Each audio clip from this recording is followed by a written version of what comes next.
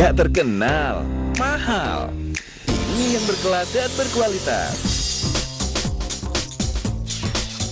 Oh, begitu.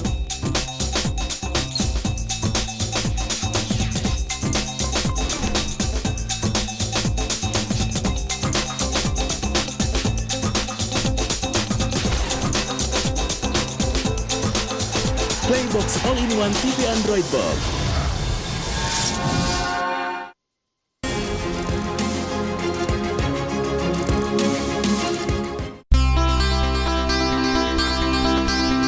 Halo Sobat Investor, kalian udah punya rumah belum?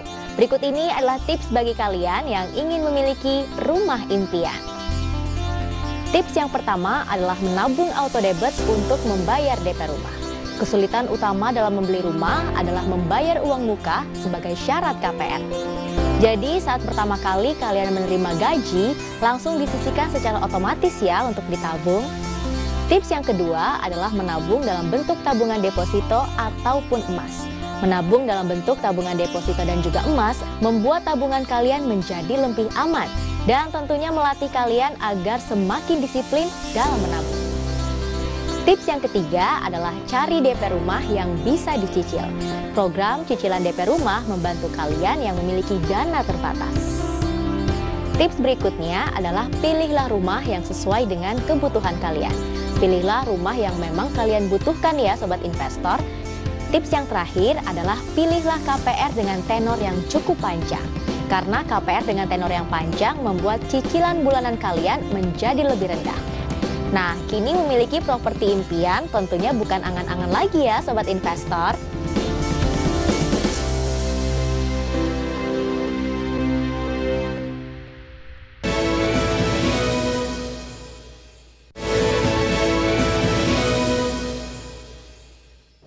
Anda kembali menyaksikan Power Breakfast pemirsa dan kita lanjut ke informasi berikutnya di mana pihak pengelola Bandara Soekarno-Hatta menyambut positif perubahan kebijakan perjalanan udara di Jawa dan Bali.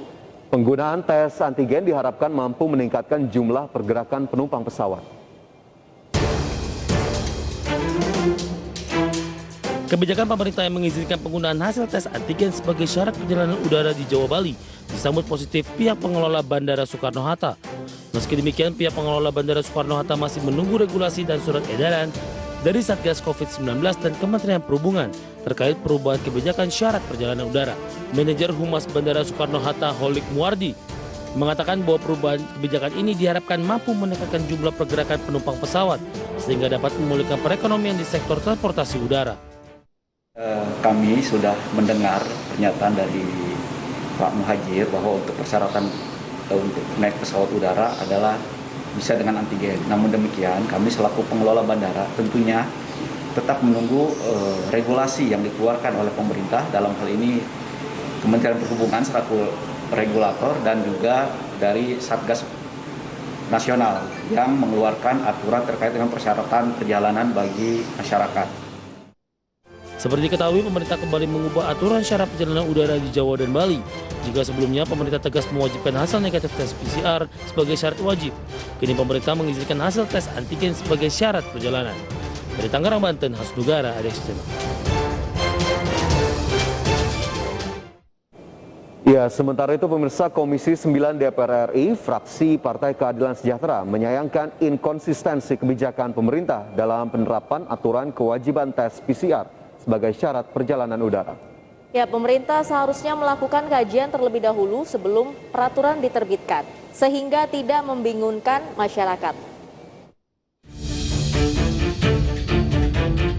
Anggota Komisi 9 DPR RI fraksi Partai Keadilan Sejahtera Kurniasih Mufidayati menyayangkan inkonsistensi kebijakan pemerintah dalam penerapan aturan kewajiban tes PCR sebagai syarat perjalanan udara.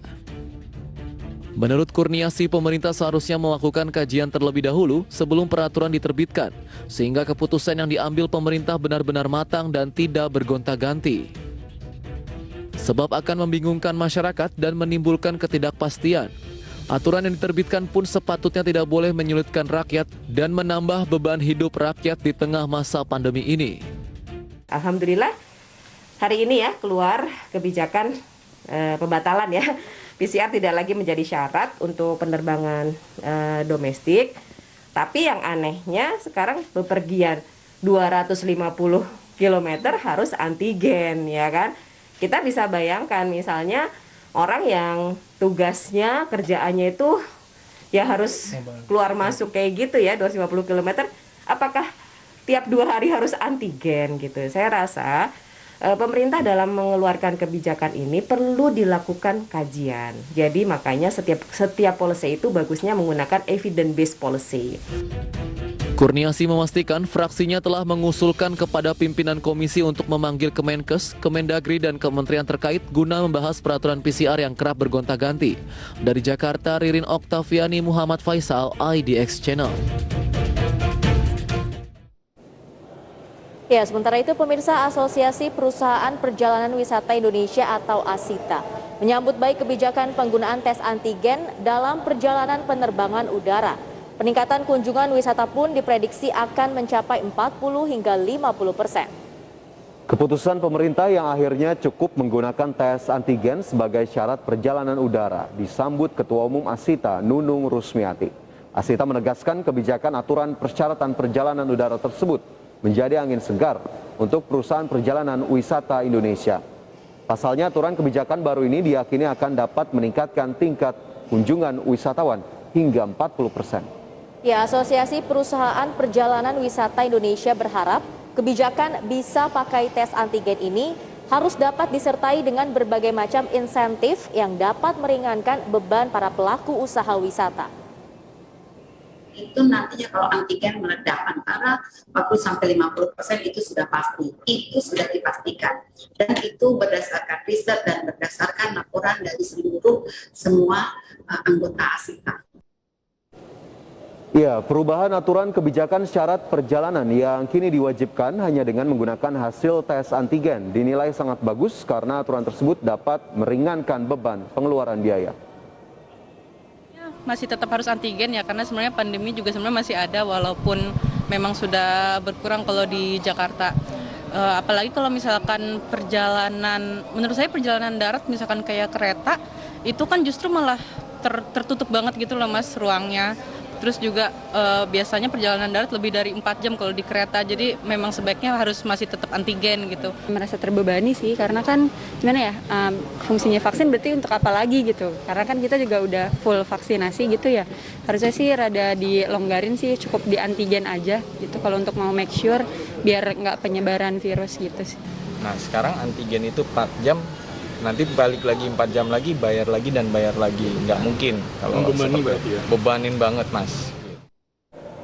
Ya, akhirnya pemerintah kembali merubah aturan untuk perjalanan udara di wilayah Jawa dan Bali. Kalau tadinya nih Fajar, masyarakat atau pelaku perjalanan yang ingin menggunakan transportasi udara di wilayah Jawa dan Bali harus melakukan tes PCR dulu, sekarang sudah cukup dengan tes antigen saja. Tapi kalau dari saya sendiri melihat berita ini atau melihat keputusan ini sih sedikit agak menyenangkan gitu ya. Karena kalau dilihat dari sisi seseorang yang suka jalan-jalan gitu, ya pastinya kalau dari sisi biaya jauh lebih murah dibandingkan tes PCR. Kemudian juga mungkin kalau tes antigen ini kan pengambilan sampelnya lebih sedikit dibandingkan tes PCR ya. Kalau di antigen itu kan hanya di hidung saja, tapi kalau di PCR kan beserta dengan tenggorokan juga. Jadi mungkin hal ini bisa memberikan angin segar juga sih bagi sektor pariwisata untuk kembali bangkit, terutama di wilayah Bali yang memang 60% masyarakatnya itu hidupnya sangat bergantung terhadap pariwisata, Fajar. Oke, tapi kalau saya melihat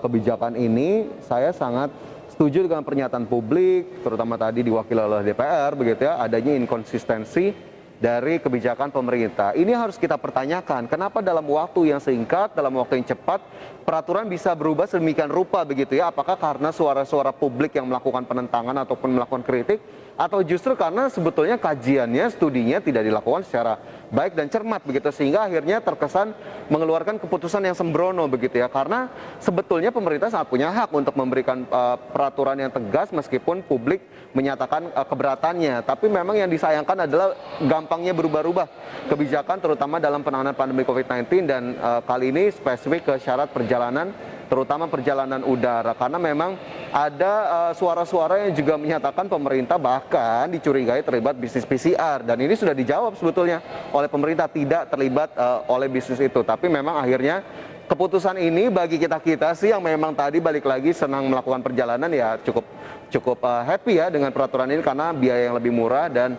antigen dirasa tidak menyulitkan lah untuk kita semua yang melakukan perjalanan. Meskipun memang pada akhirnya masyarakat setuju dengan keputusan pemerintah kembali memberlakukan tes antigen untuk perjalanan udara di wilayah Jawa dan Bali, mungkin tapi masyarakatnya juga sempat bingung nih apa sih kok aturannya berubah-berubah lagi gitu ya, karena aturan menggunakan tes PCR itu belum 1 bulan diberlakukan, tapi akhirnya sudah dihapus lagi dan digantikan dengan aturan baru nih.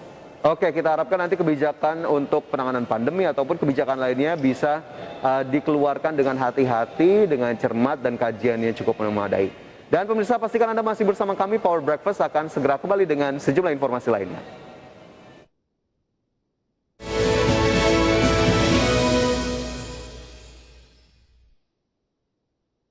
Kini aplikasi mClears hadir di handphone Anda untuk memudahkan transaksi Anda. Informasi aktivitas clearing dan penjaminan tidak lagi hanya dapat diakses melalui komputer di kantor Anda, melainkan dapat diakses di mana saja dan kapan saja dalam genggaman Anda. Fitur-fitur mClears. Equity clearing dan settlement adalah fitur di mana Anda dapat melihat posisi kewajiban settlement anggota clearing hingga nilai alternate case settlement serta informasi gagal bayar.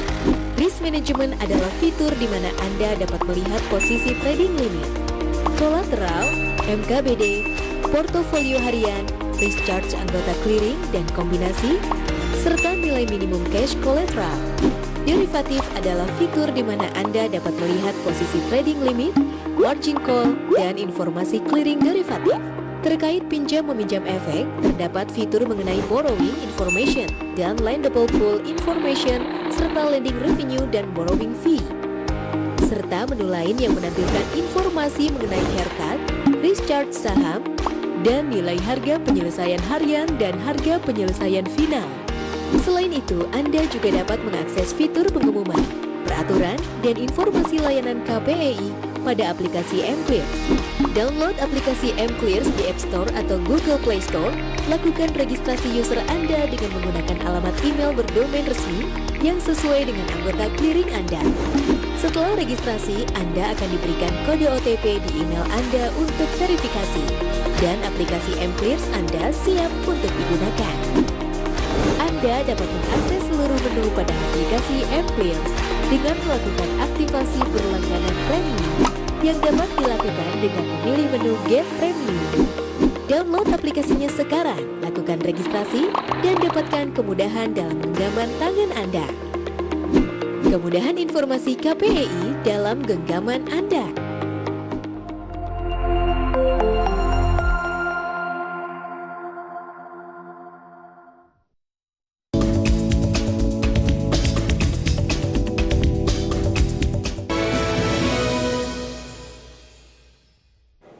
Anda kembali menyaksikan Power Breakfast pemirsa. DKI Jakarta kini telah memasuki PPKM level 1. Sejumlah sektor mengalami perubahan kapasitas dan jam operasional. Ya, sektor perkantoran dan keuangan, hotel hingga mal kini dapat beroperasi dengan 100% kapasitas. Mengalami penurunan, DKI Jakarta kini telah memasuki PPKM level 1. Sejumlah sektor mengalami perubahan kapasitas dan jam operasional. Antara lain pusat kebugaran atau gym kini diperbolehkan buka hingga 75% kapasitas dari sebelumnya hanya 50% kapasitas. Perkantoran sektor keuangan kini dapat beroperasi hingga full kapasitas atau 100%. Selain itu, pasar modal, perhotelan hingga pusat perbelanjaan atau mal dapat beroperasi dengan 100% kapasitas dengan durasi normal. Untuk mal dapat beroperasi dengan jam normal dan tutup pada pukul 10 malam. Ya, terkait PPKM level 1 sebagaimana sudah disampaikan ya, kita bersyukur nih di Jakarta terus turun ya angkanya. Ini kalau lihat tempat tidur sudah turun sampai 4%, bornya ICU sudah turun sampai 12% ya. Angka kesembuhannya meningkat di 98,3, angka kematian turun terus ya. Jadi semuanya sudah ditingkatkan, non esensial ini di PM1 sudah 75% ya. perkantoran itu untuk keuangan itu sampai 100%, pelayanan administrasi 70%, pasar modal, IT sudah 100% di level 1 ya. Namun pembukaan 100% kapasitas tersebut tidak berlaku untuk proses belajar mengajar. Pemerintah Provinsi DKI Jakarta hanya memperbolehkan sekolah dibuka 50% atau separuh kapasitas. Sementara untuk usia didik TK atau PAUD dibuka hanya 33%. Dari Jakarta, Muhammad Ardi, Tim Liputan IDX Channel. Ya, selanjutnya pemerintah mengubah status PPKM DKI Jakarta menjadi level 1. Keputusan resmi ini tertuang dalam Instruksi Menteri Dalam Negeri nomor 57 tahun 2021 tentang pemberlakuan pembatasan kegiatan masyarakat level 3, 2, dan 1 COVID-19 di wilayah Jawa Bali. Pemerintah memutuskan mal di Jakarta, Bogor, dan Tangerang boleh dibuka hingga jam 10 malam dengan kapasitas pengunjung full 100%. Keputusan tersebut menyusul rekomendasi pemerintah yang secara resmi memberlakukan pembatasan kegiatan masyarakat atau PPKM level 1 untuk wilayah Jakarta, Bogor, dan Tangerang. Aturan terbaru tersebut tertuang dalam Instruksi Menteri Dalam Negeri atau Inmendagri nomor 57 tahun 2021 tentang pemberlakuan pembatasan kegiatan masyarakat level 3, level 2, dan level 1 Coronavirus Disease 2019 di wilayah Jawa dan Bali. Sementara itu, mal, pusat perbelanjaan, pasar rakyat, supermarket, toko kelontong, hingga pasar swalayan dibolehkan dengan kapasitas pengunjung 100%. Pengoperasian kapasitas pengunjung 100% di mal tetap harus menggunakan aplikasi Peduli Lindungi. Anak usia di bawah 12 tahun diperbolehkan masuk dengan syarat didampingi orang tua. Dari Jakarta, IDX Channel.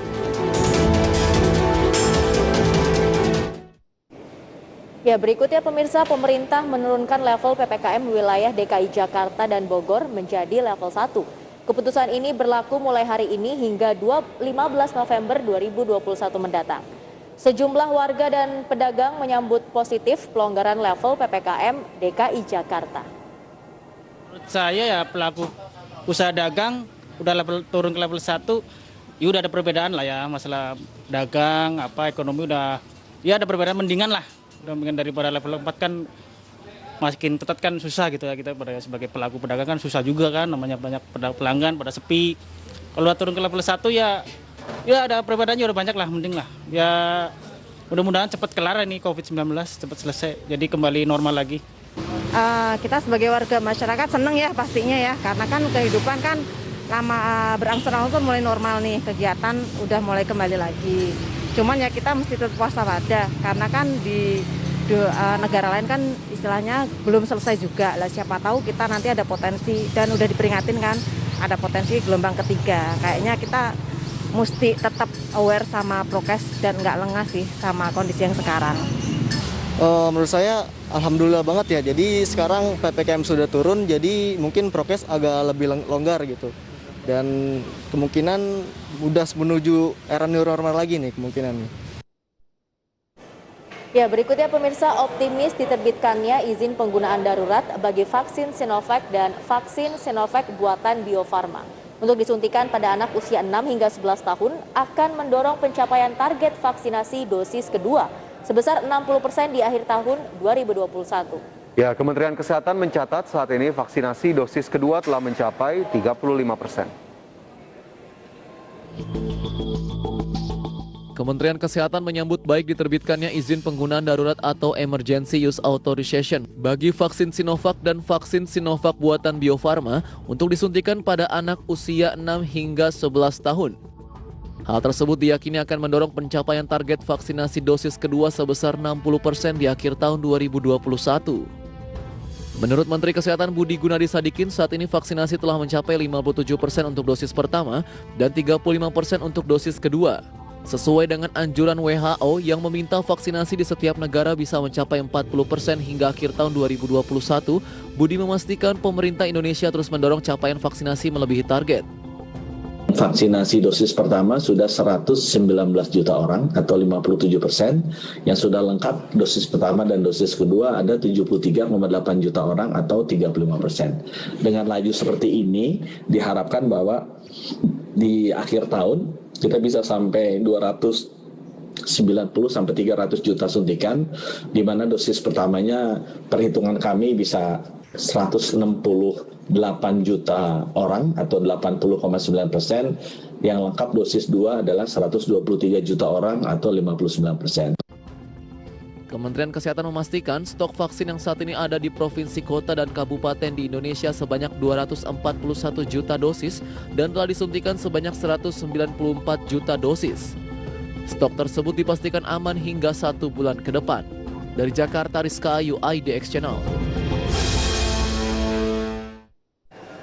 Ya, soal diterbitkannya izin penggunaan vaksin Sinovac bagi anak usia 6 sampai dengan 11 tahun. Ini aturannya sebenarnya tidak jauh berbeda dengan yang disuntikan kepada orang dewasa nih, Fajar. Dosisnya kurang lebih sama, kemudian dari suntikan pertama ke suntikan kedua jaraknya itu sekitar 28 hari sampai dengan 1 bulan. Kemudian tidak boleh disuntikan kepada anak yang sedang menjalani kemoterapi atau mengidap kanker. Kemudian juga tidak boleh disuntikan kepada anak-anak yang memang memiliki penyakit autoimun, Fajar. Oke. Kenapa kemudian ini menjadi begitu penting? Karena memang anak-anak tingkat interaksinya tinggi, terutama dengan orang tua begitu ataupun dengan kakek dan neneknya begitu misalkan di rumah, sehingga akhirnya dikhawatirkan jika memang tidak divaksin begitu ya, anak-anak bisa menjadi carrier dari vaksin sehingga justru menularkan, karena anak-anak sebetulnya kondisinya badannya cenderung lebih kuat ya, Mang ya. Tapi memang agar kemudian menekan penularan sekaligus memberikan tambahan perlindungan bagi anak-anak, terutama bagi mereka yang sudah mulai melakukan pembelajaran tatap muka di sekolah. Oke, semoga kedepannya ini berjalan lancar ya. Dan kita harapkan memang nanti bisa semuanya mendapatkan vaksinasi dengan nyaman dan juga cepat begitu ya, tidak di lama-lama lagi. Oke, selanjutnya kita bergeser ke informasi soal market, pemirsa, di mana segmen Market Buzz tentunya sudah siap untuk hadir membawakan informasi-informasi terkini, dan langsung saja kita sapa rekan Prasetyo Wibowo. Selamat pagi, Pras. Ya, selamat pagi rekan Fajar dan Mangi. Ya, ada informasi terkait market apa di hari ini, Pras, dan juga sentimen-sentimen yang mewarnai pasar? Ya, seperti kita ketahui bersama, indeks harga saham gabungan sudah mulai terkena aksi profit taking setelah mengalami lonjakan yang cukup signifikan. Level 6.500 kali ini posisi dari pergerakan indeks. Sementara banyak pihak masih menyatakan tren dari pergerakan indeks sebenarnya masih ada potensi menuju level 6.700 sampai dengan 6.800 di akhir tahun ini. Lantas seberapa kuat nih Fajar? Karena beberapa sentimen yang dinantikan karena PPKM di sejumlah daerah bahkan sudah ada yang berada di level 1 nih, seperti untuk wilayah DKI Jakarta. Apakah ini yang bisa menjadi booster lagi nih untuk emiten-emiten yang ada di pasar modal kita, Fajar? Oke, itu dia pemirsa, tetap saksikan pembahasan lebih lengkapnya nanti di segmen Market Buzz bersama rekan Prasetyo Wibowo. Dan pemirsa tetaplah bersama kami karena sesaat lagi Power Breakfast akan segera kembali.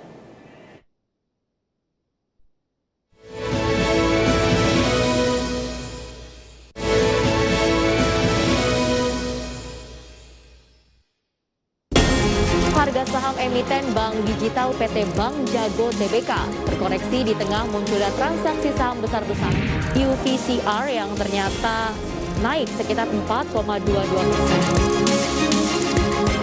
Kalau mau belanja tunggu tanggal cantik dulu. Betul, gak cuma nomor doang yang cantik, tanggal juga harus cantik. Pacar cantik, nomor cantik, tanggal cantik. Ini juga jadi paspor digital dengan menampilkan sertifikat vaksin COVID. Jadi itu nggak usah repot-repot, Pram.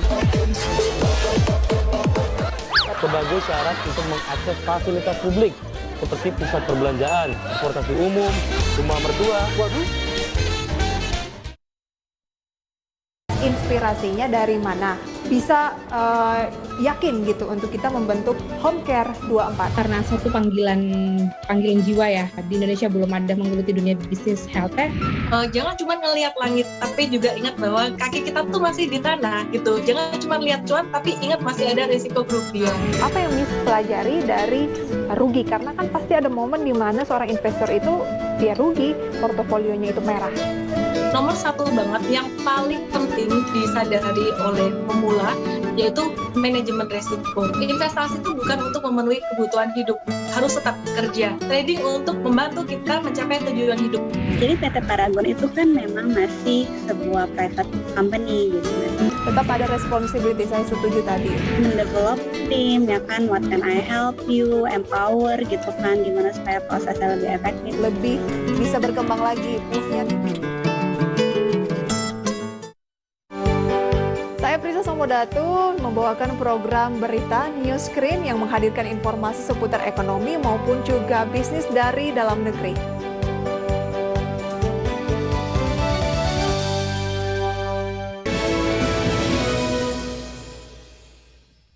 Ya, selamat pagi pemirsa. Indeks harga saham gabungan kemarin turun hampir 1% dan bergerak di bawah 6.500 diiringi juga oleh net sell. Dengan demikian, apakah IHSG masih on the track menuju level 6.800 pada akhir tahun ini? Bersama saya, Prasetyo Wibowo, inilah Market Buzz.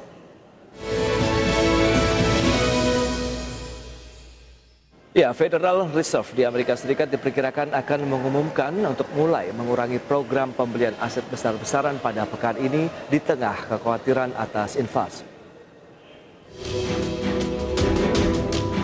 Sebagian besar ekonom memperkirakan The Fed akan memulai pengurangan stimulus pada November ini dan berlanjut pada pertengahan 2022. The Fed yakini akan membatasi laju pembelian bulanan senilai 120 miliar US dollar pada saat ini dengan mengurangi pembelian US Treasury sebesar 10 miliar US dollar dan pembelian sekuritas yang didukung hipotek senilai 5 miliar US dollar per bulan. Komite Pasar Terbuka Federal atau FOMC akan bertemu selama 2 hari mulai Selasa akan mengeluarkan pernyataan kebijakan di Washington Rabu ini. Hampir semua ekonom memperkirakan FOMC akan mengumumkan tapering dalam rapat November The Fed kali ini. Sejalan dengan komentar Powell pada 22 Oktober lalu bahwa sudah waktunya untuk tapering. Berbagai sumber, IDEX Channel. Ya, sementara itu, pasar saham di wilayah Asia masih tetap bergerak variatif pada perdagangan hari Selasa. Saham-saham properti China di bursa Hong Kong tumbang di tengah munculnya kekhawatiran baru. Para investor gelisah menunggu hasil pertemuan The Fed pekan ini. Hal tersebut karena keputusan tersebut berpotensi mengatur selera resiko. Selain itu dari Asia, Moody's menurunkan rating emiten properti Yangon Group. Hal ini memperingatkan perusahaan properti asal China tersebut mungkin tidak mampu menyediakan cash untuk membayar surat utang jatuh tempo. Saham Yangon Group tumbang 7%. Tak hanya Yangon, saham properti lain China Evergrande Group turun 2,9%, China Feng turun 4%, Sunex China Holding tumbang 9,6%. Adapun pasar saham Korsel naik paling signifikan di regional setelah indeks Kospi naik 1,16% ke 3.013. Market Korsel mendapat sokongan penguatan saham teknologi unggulan Samsung Elektronik yang naik 2,29%. Berbagai sumber, IDEX Channel.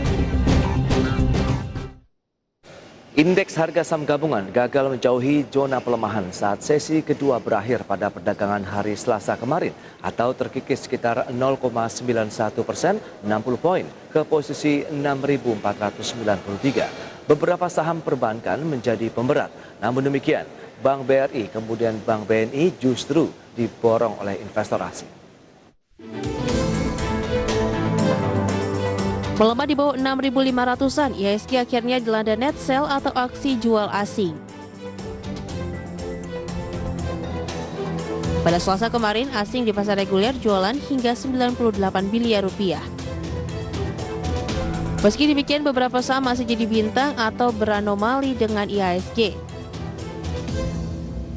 Di antaranya adalah Bank Rakyat Indonesia atau BBRI yang justru didorong pemodal asing hingga 119 biliar.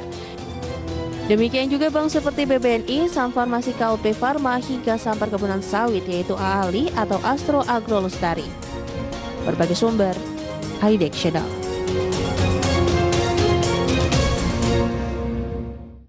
Ya, beralih ke informasi grafis pemirsa di mana IHSG gagal menjauhi zona pelemahan saat sesi 2 berakhir perdagangan hari Selasa yang juga mengalami pelemahan sekitar 0,91% di level 6.493. Dengan demikian, IHSG meninggalkan beberapa level psikologis di 6.600, 6.500. Baik, berikutnya kami update dari pergerakan bursa Eropa di mana investor menunggu pertemuan The Fed. Bursa Eropa ditutup variatif.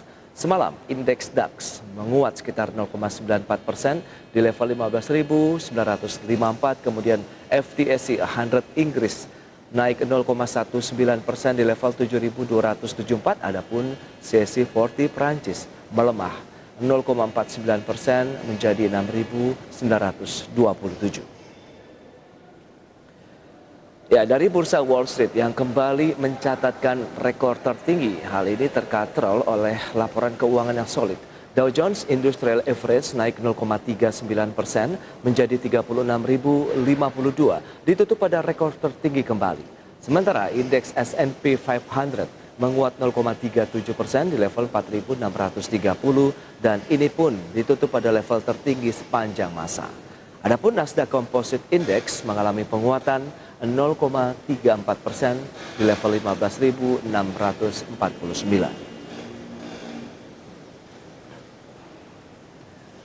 Ya, berikutnya kami update dari pergerakan bursa Asia, di mana indeks Nikkei di Jepang hari ini tutup karena ada hari kebudayaan di sana, sementara Kospi Korea Selatan pagi ini dibuka melemah 0,48% di level 2.998.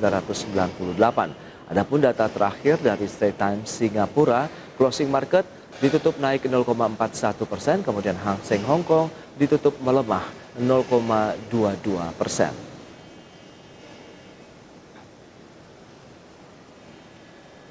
Ya, sementara itu dari pergerakan harga komoditas, minyak kategori WTI melemah 1,59% di level 82,58 dolar Amerika per barrel.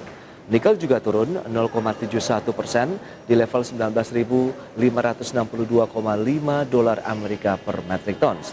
Adapun emas melemah 0,08% di level 1.787,95 dolar Amerika per troy ounce-nya. Ya, lantas bagaimana dengan pergerakan nilai tukar rupiah terhadap sejumlah mata uang utama dunia? Ya, seperti yang bisa Anda saksikan di layar televisi Anda, rupiah terhadap dolar Amerika di posisi 14.287 rupiah. Kemudian euro 16.541 rupiah, pound sterling di level 19.453 rupiah. Adapun yen Jepang di level 125,38 rupiah.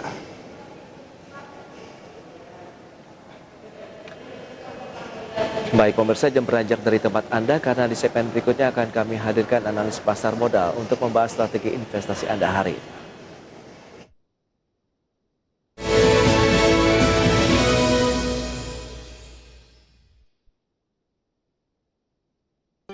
Hai Sobat Investor, kalian ingin tetap bisa menabung meskipun keadaan keuangan kalian sedang sulit? Dengerin tips berikut ini ya. Kita masuk ke tips yang pertama ya. Nah, yang pertama, kalian harus memenuhi semua kebutuhan rutin kalian terlebih dahulu nih. Barulah setelah itu kalian bisa mengalokasikan pendapatan kalian untuk memenuhi kebutuhan pelengkap lainnya. Kita masuk ke tips yang kedua ya Sobat Investor. Jadi penting sekali bagi kalian untuk menutup hutang sesuai dengan kemampuan kalian. Selain itu, kalian juga perlu menentukan utang mana yang harus kalian dahulukan untuk dilunasi. Selain itu, penting juga untuk selalu menyesuaikan dengan uang tunai yang kalian miliki. Tips selanjutnya yaitu tips yang ketiga. Jadi kalian penting sekali untuk menekan biaya bulanan nih Sobat Investor. Jadi kalian juga memang harus memangkas kebutuhan yang memang sifatnya hanya pelengkap saja. Dan penting sekali bagi kalian untuk mempertahankan biaya bulanan yang sifatnya memang untuk kebutuhan utama kalian. Tips yang keempat terkait dengan pengelolaan aset. Jadi jika ternyata penghasilan yang kalian miliki ini tidak bisa menutup kebutuhan kalian, maka kalian bisa mempertimbangkan untuk menjual aset yang kalian miliki. Tips yang kelima, jangan lupa sisihkan sekitar 10% dari penghasilan kalian untuk ditabung di tiap bulannya. Dan saat keadaan keuangan kalian sedang sulit, tidak menjadi alasan untuk gagal mencapai impian. Jangan lupa ya, harus selalu rajin dan juga disiplin dalam menabung Sobat Investor.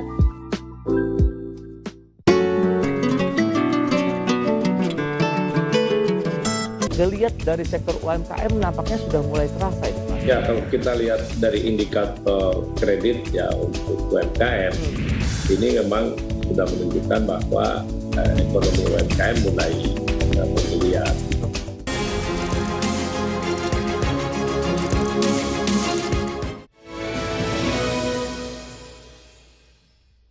Baik, pemirsa, terima kasih Anda masih bergabung bersama kami dalam Market Buzz dan kita sudah tersambung melalui line Zoom ini bersama dengan Pak Gemma Guyardi, Presiden Director Astronaci Internasional. Halo, selamat pagi nih Pak Gemma. Selamat pagi Mas Pras, apa kabar? Wah, luar biasa, semangat sekali ini. Indeks bagaimana nih? Apakah juga terdorong oleh semangat Pak Gemma pagi ini? Selamat pagi pemirsa, kalau kita lihat IHSG ini udah saatnya memang koreksi ya. Jadi dari tanggal 29 Oktober, dari tanggal 1 Oktober ya, itu udah terus naik terus. Justru itu yang kita lihat kenaikannya kalau tidak diimbangi dengan adanya konsolidasi ataupun pelemahan atau koreksi maka tidak akan berlanjut. Karena kita tetap dari Astronaci target price-nya 6.900 dan 7.200 itu yang pertama. Dan yang kedua pertanyaan adalah sampai tanggal berapa ini IHSG turun. Kita melihat siklus Sun Uranus cycle tanggal 4 dan kemudian New Moon cycle tanggal 4 itu akan menjadi bottoming formation yang seharusnya, dan kemudian target 6.430 itu juga menjadi area support dari sisi harga. Jadi Anda sudah punya dua area tersebut dari waktu maupun harga. Pola yang terbentuk saat ini adalah descending broadening wedge, dan ini menggambarkan bahwa koreksi ini termasuk dalam kondisi wajar. Kalau kita intip market yang lainnya kayak misalnya Dow Jones, Nasdaq dan seterusnya, mereka masih di dalam kondisi yang bullish. Jadi secara keseluruhan apa yang terjadi di indeks kita itu normal dan sudah seharusnya untuk menjemput order-order yang ada di bawah yang kemarin waktu naik belum sempat belanja. Mereka yang akan mengisi kekosongan itu dan kita akan mencari area bottom baru untuk melakukan pembelian. Karena memang target majornya grand design itu sampai akan tembus 7.000 levelnya dan kurang lebih nanti di 7.200. Oke, 6.900 sampai dengan 7.200 ya, itu proyeksi Anda begitu untuk pergerakan IHSG sampai dengan akhir tahun ini. Tapi dengan memanfaatkan koreksi, Anda bilang ini koreksi sehat, berarti kan memang peluang kita untuk menjemput mimpi lagi nih, cuan yang belum sempat kebagian kemarin Mas Kuma. Nah, kira-kira sektor apa yang masih cukup seksi yang bisa kita tampung di harga bawah saat ini? Ya, saya masih perhatikan topik daripada Astronaci kita tetap di banking.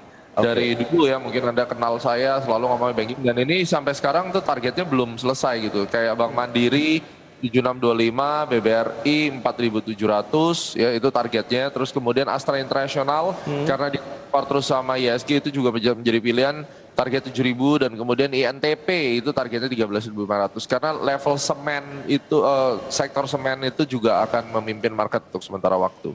Oke, mungkin bisa ditampilkan juga ini untuk data dari beberapa saham yang sudah disampaikan oleh Pak Gama. Berarti itu adalah saham-saham yang Anda jagokan begitu. Apakah memang peluang-peluang yang tadi Anda katakan, Bank Mandiri sampai dengan 7625, kemudian BBRI-nya 4.700, Astra 7.000, kemudian INTP 13.500. Nah, lantas bagaimana untuk peluang entry-nya sendiri? Apakah dengan memanfaatkan pelemahan dari IHSG kita bisa cicil beli pada saat opening market hari ini? Ya, jadi kalau kita lihat misalnya kayak Bank Mandiri itu kita antri di 6.800 ya sampai 6.700, terus kemudian BBRI juga demikian. Pada saat terjadi pelemahan kita tunggu tuh di 4.100 paling tidak, karena ini dari kemarin-kemarin mau turun pun susah sekali kan, tidak kasih kesempatan. Nah, ini adalah momen sehingga kita tidak FOMO beli-beli di atas. Terus kayak Astra International di 5.800 kita beli. INTP mungkin harus agak lebih sabar ya, kita tunggu dia turun sekitar 5-6% lah dari harga sekarang maksimal. Terus saya ada tambahan lagi, beberapa nanya ke saya juga beberapa teman, sektor properti gimana ya, properti seharusnya sih kalau kita perhatikan saya masih melihat kayak Sumarekon itu masih ada kesempatan, jadi itu tambahan lah buat teman-teman yang pingin beli saham-saham properti. Tapi yang jelas kalau kita perhatikan dari 4 saham itu menjadi backbone, karena kita tidak tahu nih penonton IDX Channel ini jumlah besar atau jumlah kecil belinya. Jadi saya ambilkan saham-saham yang kalaupun menonton saya hari ini lalu kemudian mau beli dengan jumlah 1 miliar ke atas, setidaknya itu cukup aman. Ya, dari saham-saham kecil dan kayak misalnya Starliner, Anda bisa lihat saham film. Kalau mungkin dulu sempat terkenal film itu dipom-pom kata masyarakat gitu ya. Tapi kalau sekarang saatnya menurut saya ini pola-pola bullish sudah mulai terlihat, kayak inverted cup and handle itu terlihat. Jadi untuk spekulatif kayak saham film ini bisa menjadi satu pilihan.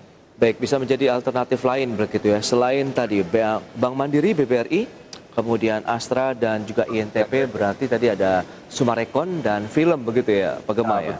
Oke, tapi lebih bicara mengenai term investasi ini lebih bagaimana nih? Jangka pendek, menengah atau panjang?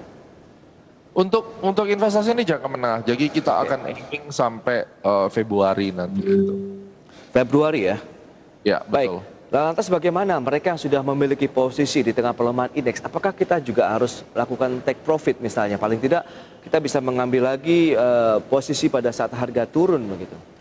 Ya, pastinya. Jadi cara kita trading tergantung masing-masing daripada investor. Ada yang portofolio di hold panjang tanpa pusing. Dia misalnya BMR itu 7625 ya udah ditarget sampai di situ. Ada yang keluar masuknya. Menurut saya dengan liquidity yang ada di market sekarang sih tidak terlalu volatile, tidak terlalu liar pergerakannya. Jadi ya lebih baik kita main placing aja. Jadi positioning trading paling enak begitu harganya mencapai level-level support yang saya sebutkan. Yang penting Anda beli terus didiamin gitu. Jadi itu lebih berasa ya, dan kita lagi mengejar kurang lebih sisa-sisa target price untuk banking itu antara 10 sampai 15%. Mudah-mudahan akhir tahun bisa dikasih bonus. Jadi memang kita butuh koreksi ini, kalau enggak nanti mau kejar kenaikan sampai akhir tahunnya jadi overvalue saham-sahamnya, itu yang kita takutkan.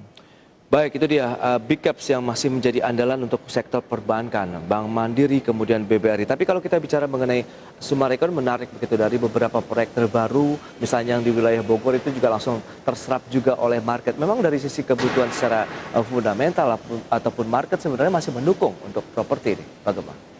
Iya, properti harusnya masih mendukung, terutama dengan Indonesia yang saat ini sudah mulai bergairah lagi dengan PPKM sudah level 1, otomatis secara psikologi itu akan berdampak. Dampaknya kapan? Prediksi saya 2 bulan dari hari ini penetapan PPKM 1 kalau tidak ada drama-drama lagi PPKM dan lain, harusnya 2 bulan, maksimum 3 bulan itu gairah yang ada di pasar tuh mulai ada, baik itu di sektor yield maupun ada di sektor financial market. Ini yang perlu kita perhatikan. Baik, jadi salah satunya adalah SMRA juga. Apakah strateginya sama dengan 4 saham sebelumnya? Sama. Ini juga termasuk saham-saham yang harus di-buy weakness, tetapi Anda harus ingat bahwa saham-saham properti ini tidak bisa cepat. Selamanya properti itu ada musimnya. Jadi kayak musim ikan tongkol gitu. Jadi ikannya tongkol semua. Sama nih, kalau misalnya belum musimnya juga akan lebih banyak sideways.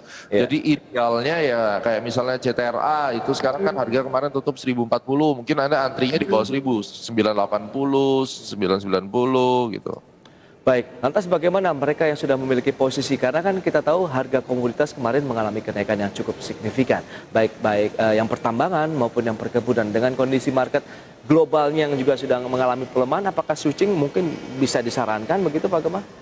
No, kalau di akhir tahun ini lebih baik kita udah jangan terlalu banyak switching. Kita pilih portofolio yang memiliki winning rate tinggi di atas 80%, target price akan tercapai.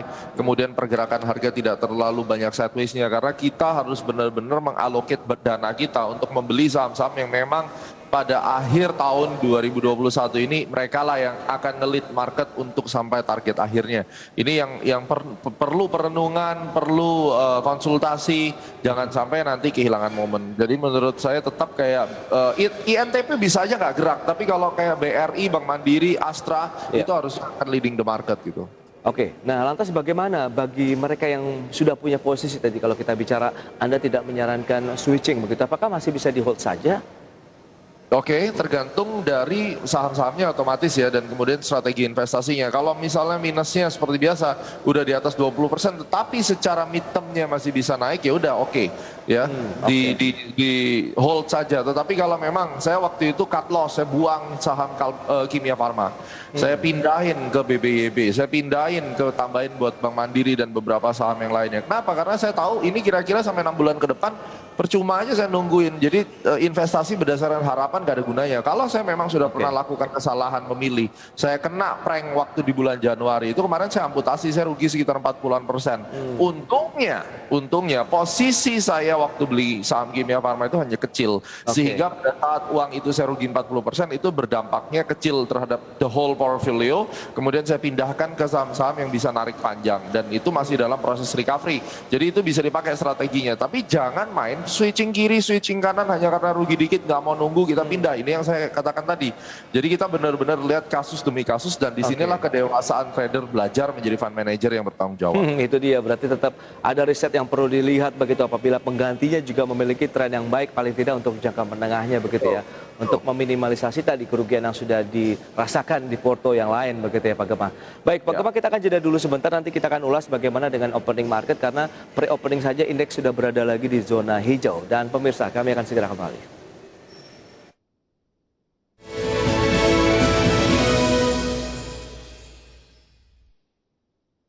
Inspirasi inspirasinya dari mana?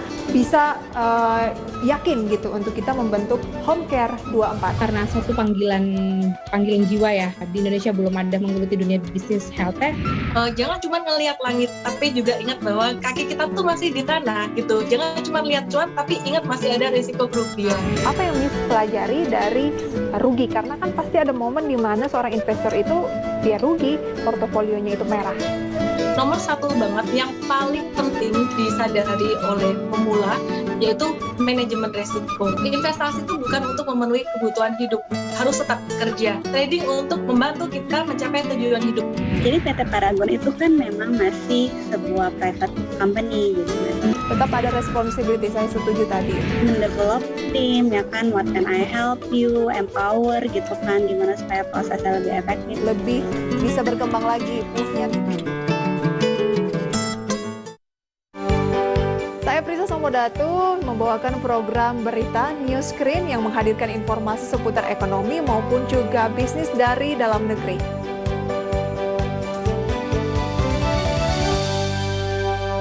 Minister of Finance Sri Mulyani Indrawati ensured that the appointment of Indonesia as the G20 presidency in 2022 provided opportunities and momentum for Indonesia in various aspects, including the economy. Sebuah ajang pertemuan para pemimpin global di dalam membahas tantangan dunia.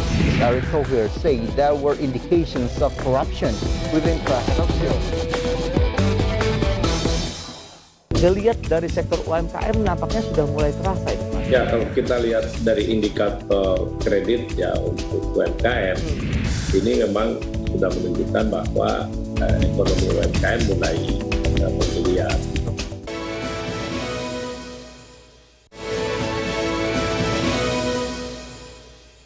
Ya, Anda masih menyaksikan Market Blast Prima saja. Lanjutkan kembali perbincangan bersama dengan Pak Gemma Guyardi, Presiden Direktur Restoransi Internasional. Iya, Pak Gemma. Kita akan lanjutkan kembali. Pre-opening pergerakannya akan mengarah kemana? Kalau kita proyeksikan, mengingat 1 menit lagi akan buka begitu dan pre-opening hari ini saja sudah menghijau meskipun tipis 0,07%. Ya, menghijau itu artinya karena harga pembukaan di atas harga penutupan. Tetapi kita lebih baik melihat secara keseluruhan konstruksi daripada pergerakan harga. Ingat, kita berada di area zona bottom area tanggal 2 dan tanggal 4 ya. Jadi antara range itu berarti kalau hari ini tanggal 3 kemungkinan besar kalaupun hijau dia akan konsolidasi tidak akan lebih daripada 6.550 tetapi akan naiknya itu justru nanti di tanggal 4-nya. Jadi energinya itu akan muncul di tanggal 4-nya. Nah, kalau sekarang dia range-nya plus minus ya, maksimum sampai di 6.550-an. Terus kemudian kalaupun dia mau turun tidak jauh daripada 6.450. Jadi range-nya akan sangat terbatas sekali hari ini, that for sure. Dan kemudian yang harus investor lihat itu justru besok. Baik, kalau kita lihat dari sentimen global begitu, tapering off yang masih dinantikan oleh market global begitu, karena kita tahu juga ini sempat menekan pasar di wilayah Eropa yang masih menantikan keputusan The Fed, demikian juga dengan Asia. Sementara Dow Jones-nya sih masih asik naik terus ini, Pak Gemma. Tapi bagaimana nanti dampaknya terhadap market di dalam negeri? Tapering off itu sebenarnya dari bulan lalu udah dikasih bocoran bahwa tapering akan dilakukan nanti di mid-November sama mid-Desember. Jadi harus diingat, tapering itu bukan masalah kenaikan suku bunga. Kalau masalah tapering saja harusnya market sudah price in dan udah nggak peduli. Kenapa? Karena memang sudah ada recovery besar sehingga tapering tetap akan diakhiri gitu ya. Oke. Nah, dalam hal ini untuk dampak ke Indonesia lebih jauh lagi karena negaranya sana aja nggak masalah sebenarnya. Dan di negara kita lebih ke internal sih ya. Jadi bagaimana cara fund manager portofolionya itu dikelola kembali.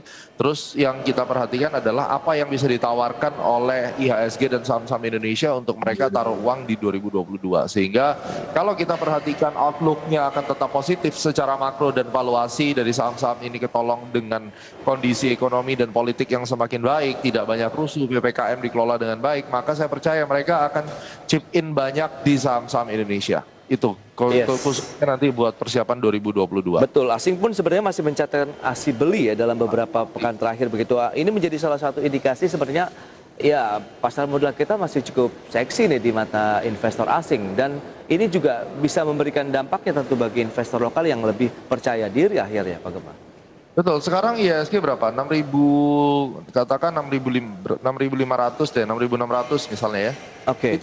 Itu kita masih punya sekitar 10% sampai target valuasi, kurang lebih target wajar lah. Saya nggak ngomong valuasi karena saya belum ngitung angka-angkanya, tapi kalau kita melihat dari sisi price action ya, dengan sekarang 6.500, terus kemudian targetnya kita asumsikan 7.200, itu masih ada 9-10%. Nah, dengan beta market katakan 1/3 untuk saham-saham tertentu, itu mereka udah dapetin kira-kira 20-30% daripada marketnya. Nah, mau cari di mana lagi kan?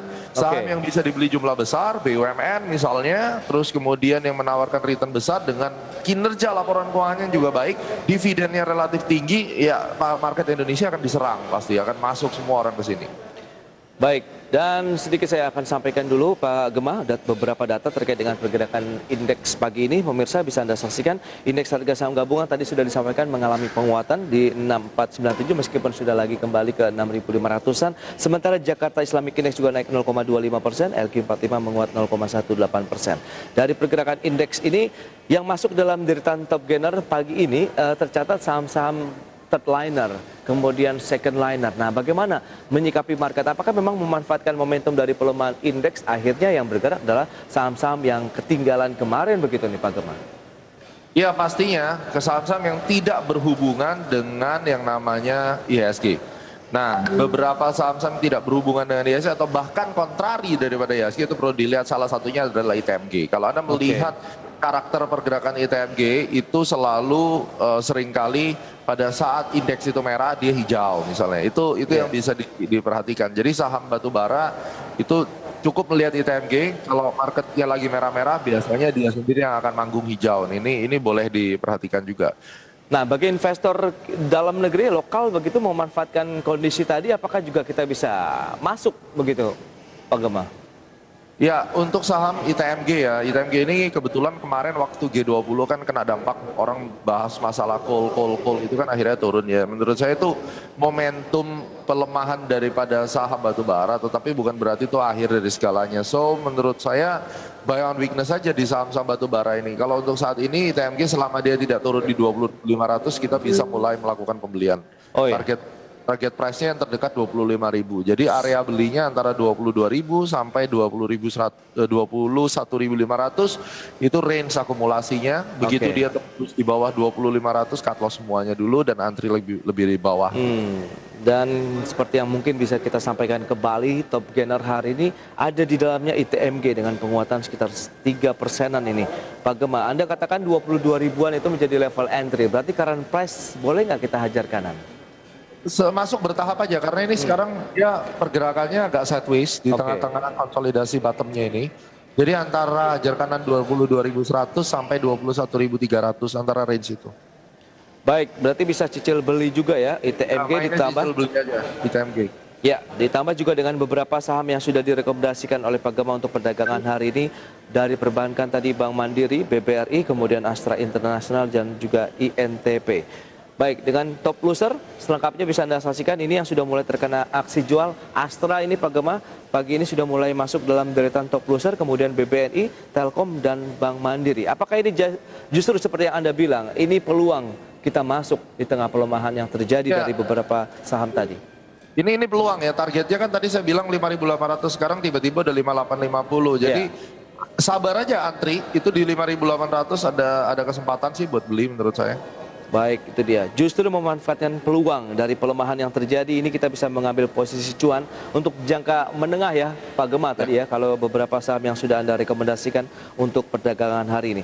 Baik, secara keseluruhan Anda melihat bagaimana prospek indeks kemudian market secara umum di tengah penurunan level 1 untuk wilayah DKI Jakarta dan level 2 untuk daerah sekitarnya begitu di Jawa Bali?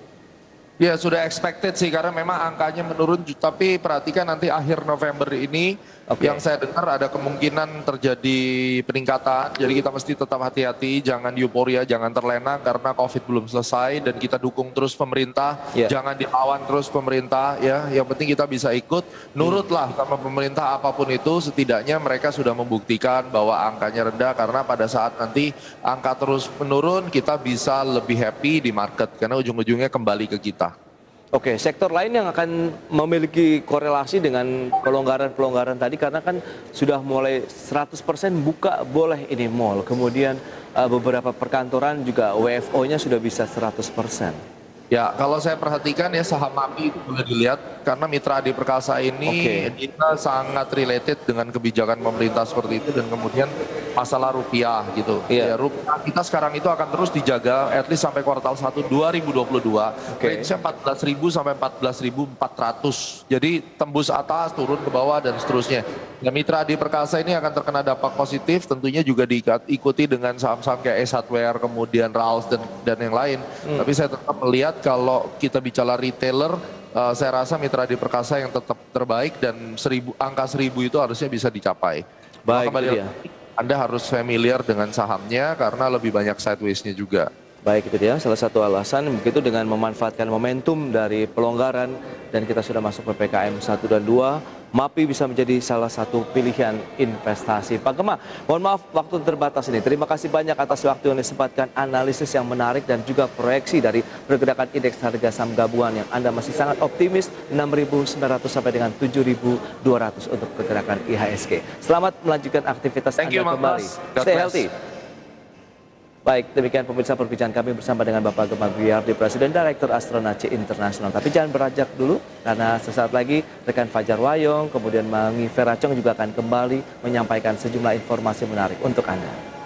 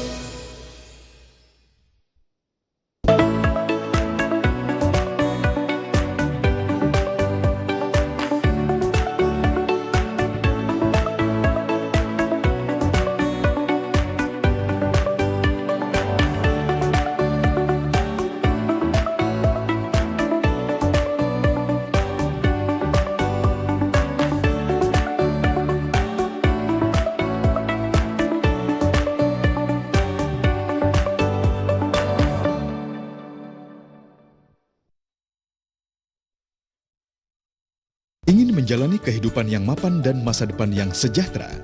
Sikapi uang dengan bijak. Mulailah berinvestasi di pasar modal. Dengan membeli saham melalui bursa efek maupun perusahaan sekuritas, Anda dapat menikmati hasil keuntungan dari perusahaan-perusahaan besar yang tersedia. Pastikan Anda berinvestasi di perusahaan yang memiliki izin resmi. Cerdas mengelola, masa depan sejahtera. Otoritas Jasa Keuangan, lembaga pengawas industri jasa keuangan yang terpercaya. Apa yang harus diperhatikan utamanya gitu ya ketika ingin membuat sebuah perusahaan? Pertama, aku cari partner yang tepat, mentor yang tepat, dan yang ketiga adalah butuh network.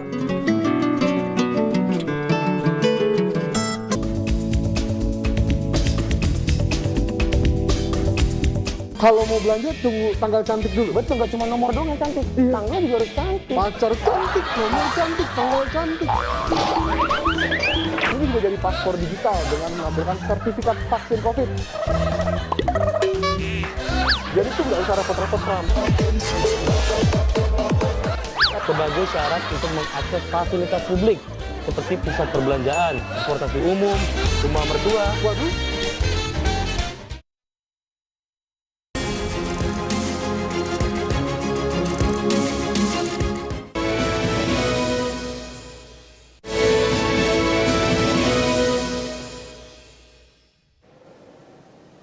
Ya, Anda kembali bersama kami dalam Power Breakfast dan di segmen Create Up. Pemirsa, makanan merupakan salah satu kebutuhan pokok yang dibutuhkan oleh semua orang setiap hari. Ya, meski peluang pasarnya tampak luas, menjalani bisnis makanan atau kuliner di masa pandemi merupakan hal yang cukup menantang.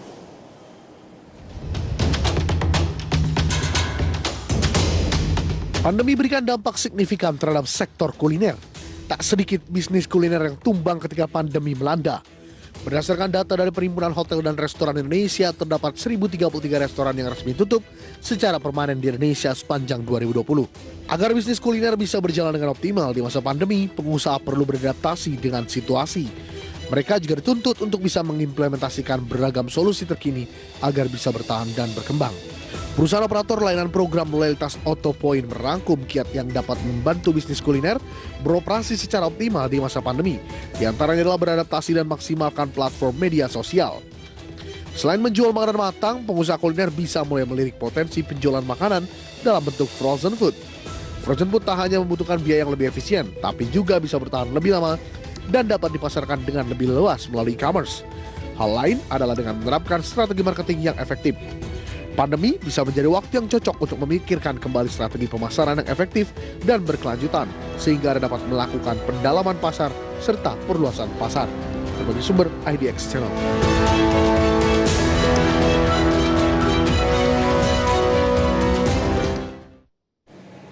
Ya pemirsa, untuk membahas lebih jauh lagi soal tema kita di pagi hari ini yaitu gali cuan ala startup snack halal, sudah terhubung melalui Zoom dengan Mas Gilang Andika Siara selaku co-founder dan juga COO dari King Snack Pack. Halo, selamat pagi Mas Gilang. Gimana kabarnya, sehat ya?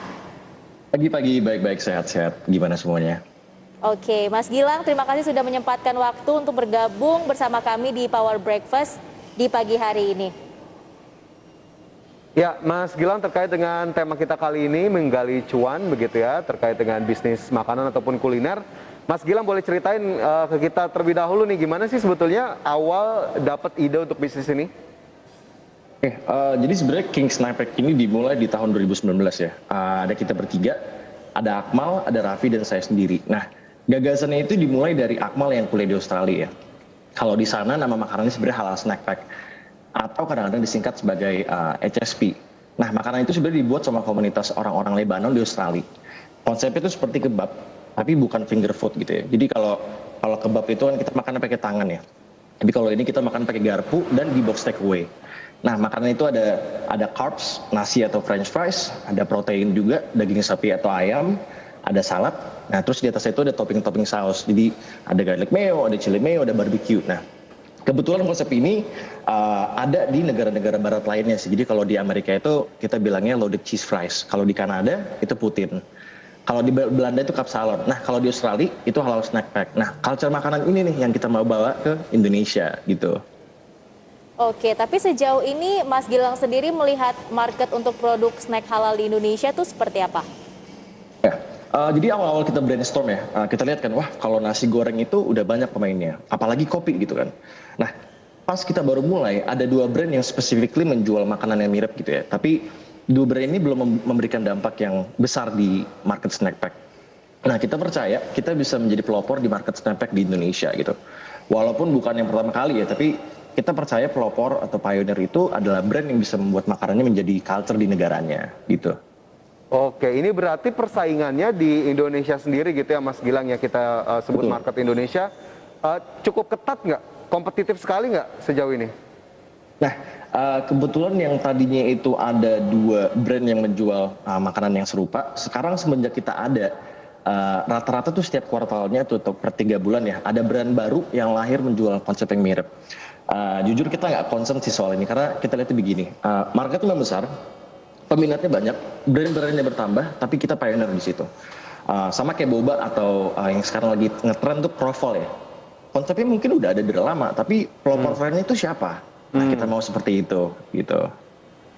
Oke, tapi kemudian tentunya ketika seseorang ingin memulai bisnis kan harus melakukan yang namanya research and development terlebih dahulu nih.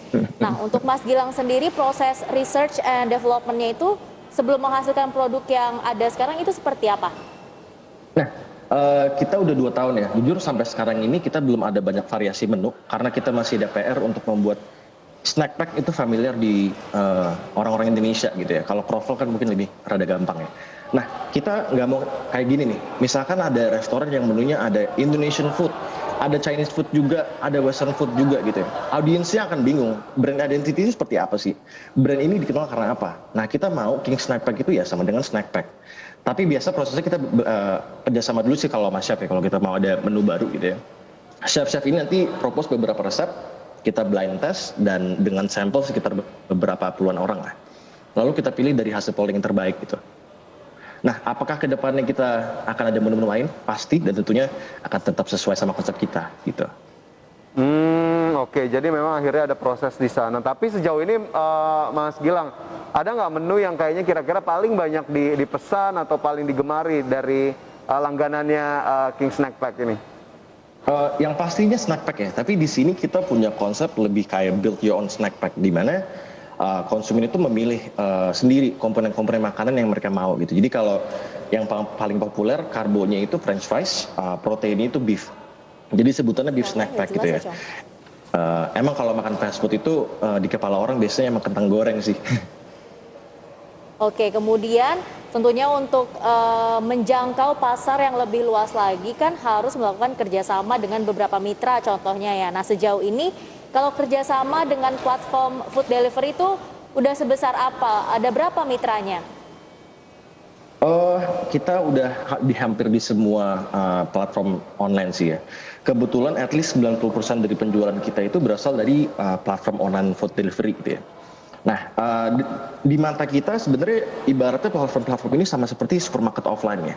Kalau produk dipajang dan dipajang di spot-spot yang bagus kayak misalkan di etalase depan atau di kasir ya, pasti lebih banyak orang yang lihat gitu. Dan kemungkinan orang beli itu akan lebih besar. Nah, sama kayak di platform ini, kita perlu brand kita itu lebih sering diekspos ke orang-orang. Caranya gimana? Salah satu ya berpartisipasi di campaign-campaign mereka gitu. Jadi ikut promo campaign 30%, Harbolnas, 99, 10-10 dan seterusnya.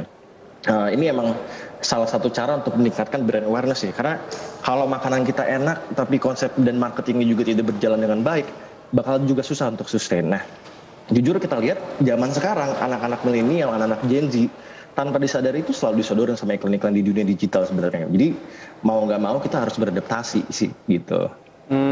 Oke.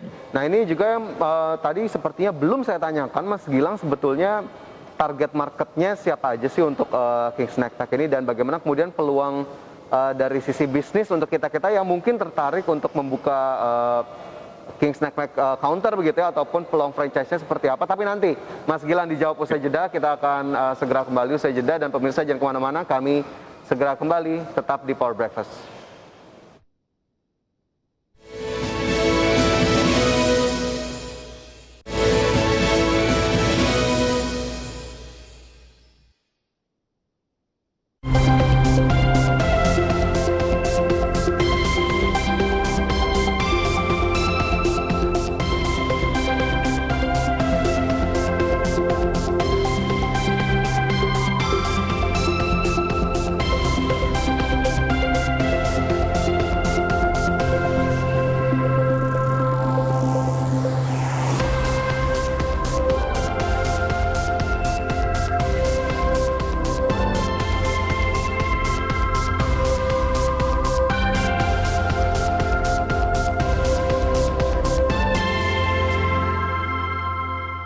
Aku percaya kita semua kan lahir dengan sebuah visi gitu.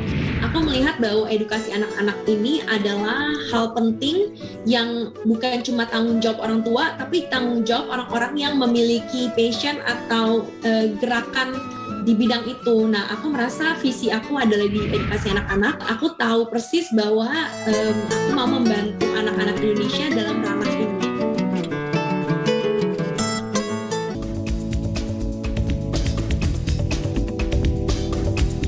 Minister of Finance Sri Mulyani Indrawati ensured that the appointment of Indonesia as the G20 presidency in 2022 provided opportunities and momentum for Indonesia in various aspects, including the economy. Sebuah ajang pertemuan para pemimpin global di dalam membahas tantangan-tantangan dunia. Erick Thohir said there were indications of corruption within President Xi. Indeks harga saham gabungan ditutup melemah pada perdagangan sesi pertama hari ini. Harga minyak jenis West Texas Intermediate atau WTI turun 41 sen menjadi $67,95 Amerika per barrel.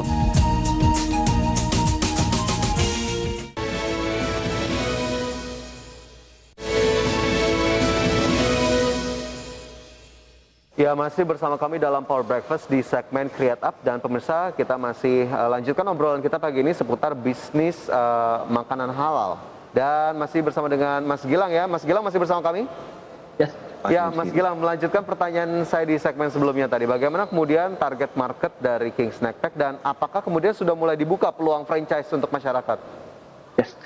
Target marketnya pasti lebih ke milenial dan Gen Z ya, karena lebih dari 50% populasi di Indonesia itu anak-anak muda semua. Jadi kedepannya memang harus beradaptasi ke sana sebagai target market ya. Kalau ditanya tentang peluang franchise, sekarang kita ada 2 cabang pusat dan 4 cabang franchise, jadi total ada 6 outlet ya. Dan ada beberapa lagi yang progress. Hopefully kita bisa hadir juga di kota-kota lain ke depannya. Oke, jadi kita harapkan sudah mulai dekat nih nanti ya kalau memang mau membeli ataupun memesan produk-produk dari King Snack Pack. Oke, tapi mungkin sejauh ini dengan adanya pandemi COVID-19 kita tahu berdampak sangat serius terhadap berbagai sektor usaha. Tapi gimana nih dengan bisnis yang Mas Gilang jalankan sendiri? Apakah ikut terdampak pandemi juga atau seperti apa? Jujur karena pandemi ya, kita justru malah lebih cuan sih. Jadi banyak teman-teman kita juga yang pengusaha F&B juga ya, malah kan ada dampaknya gitu ya. Sayangnya kebanyakan dari mereka tuh relanya sama dine in, jadi lebih makan langsung di tempat gitu ya. Kalau kita lebih fokus ke online. Nah, kan udah jarang nih orang makan di luar ya, makannya pada di rumah nih. Tapi lama-lama mereka bosan juga sama makanan yang di rumah. Nah, salah satu opsi makanan platform online ya King Snack Pack gitu. Jadi pas lagi pandemi kita malah jor-joran di marketingnya. Secara tadi saya bilang kita ikut campaign, tapi kita juga kerjasama sama KOL, kerjasama sama brand-brand lain juga, sama F&B lain juga. Nah itu yang sebenarnya membuat kita bisa jadi bersama-sama berjabat tangan supaya kita bisa menghadapi pandemi ini gitu. Oke. Tapi seiring dengan pelonggaran PPKM yang terus dilakukan, akhirnya justru malah semakin positif atau seperti apa dari sisi bisnisnya Mas Gilang? Lebih positif karena dari pandemi kan orang jadi inget ya, wah kita salah satu jadi brand yang lebih masuk ke top of mind-nya gitu. Jadi gimana kita bisa survive lagi pandemi, keluar dari pandemi akan juga bisa sustain gitu, seperti itu. Oke, kemudian target dalam waktu dekat kira-kira apa nih? Mungkin mau ngeluarin menu baru atau mungkin mau buka toko atau cabang baru atau apa nih? Targetnya kita mau mencapai sekitar 10 outlet dulu ya for now. Terus kita juga mau membuat daging yang lebih variatif. Jadi masuk juga ke kelas-kelas yang lain gitu ya. Dan seenggaknya kita bisa buka di luar Jabodetabek sih gitu. Oh oke. Tapi kemudian dengan target tadi kita harapkan memang bisa dilakukan begitu ya, upaya-upayanya tetap lancar. Tapi apa sih sebetulnya menjadi harapan dari Mas Gilang dan tim begitu ya terhadap ekosistem bisnis kuliner ataupun makanan halal ini secara keseluruhan? Oke, jadi kalau konteksnya market snack pack sendiri atau makanan yang serupa ya, kita mau terus menjadi main player di market ini dan menjadi top of mind orang-orang Indonesia gitu ya. Aduh, pengen order makanan online nih, order apa ya? King Snack Pack gitu. Tapi kalau konteksnya Kings in general gitu ya, kita mau menjadi suatu F&B holding company yang mempunyai beberapa brand yang konsepnya sama juga gitu.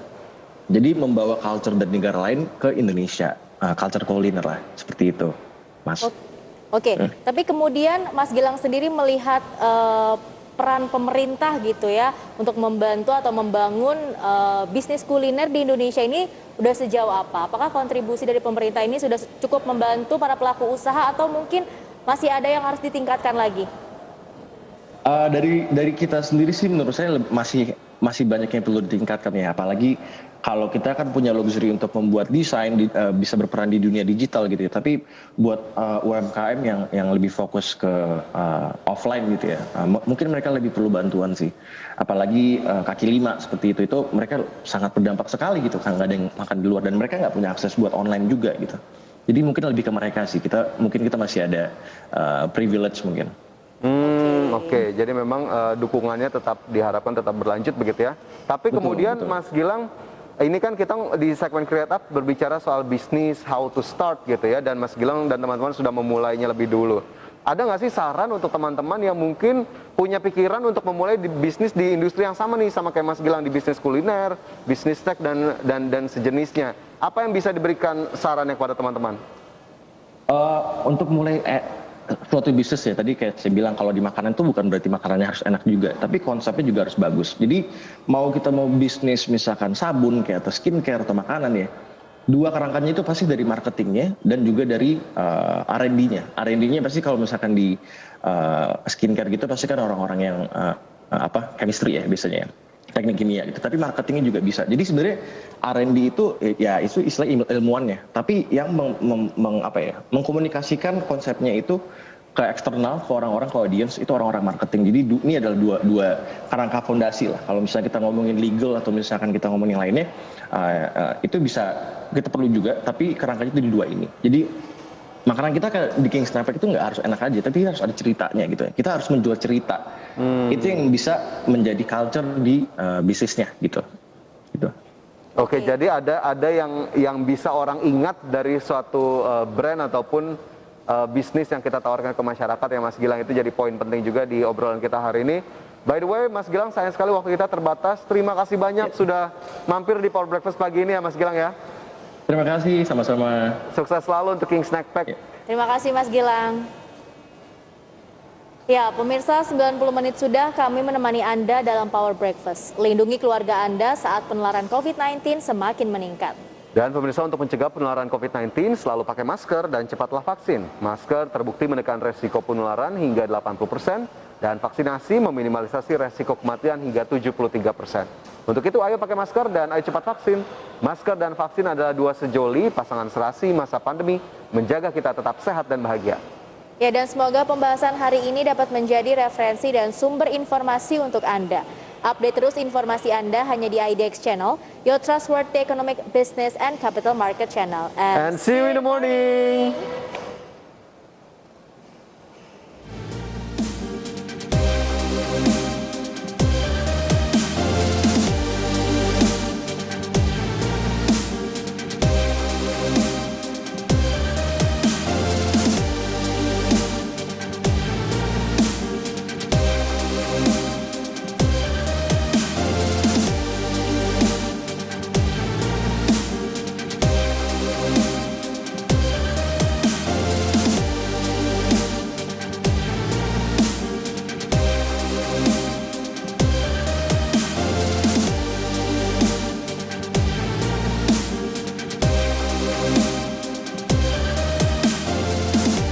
Menjalani kehidupan yang mapan dan masa depan yang sejahtera.